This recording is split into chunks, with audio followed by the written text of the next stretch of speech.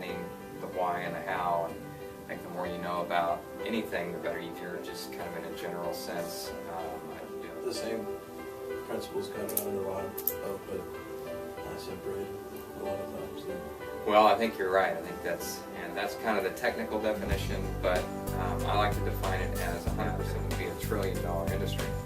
And I think it's real close to that. It probably would have been if the economy hadn't changed in the last couple of years that may have brought that down. One of the things that jumps out to me is active process, because you can have a process now with a lot of the research that's coming out that genetics really play out. But let's talk about the most common. I asked what would be the thing. I've seen a lot of people that after they begin care actually is to see your child with a fever.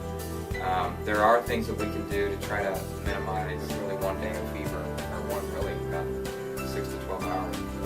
And she broke it and did fine. But I've seen it so many times that kids will have that in approach because it's trying to take something from the outside to correct a symptom on the inside rather than allowing the body internally to function better so that we can express it. Stress in our body, or stress.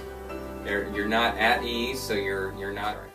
And so they did a lot of different. They looked at a lot of different variables in the studies about that. On the totem pole when you look at everything.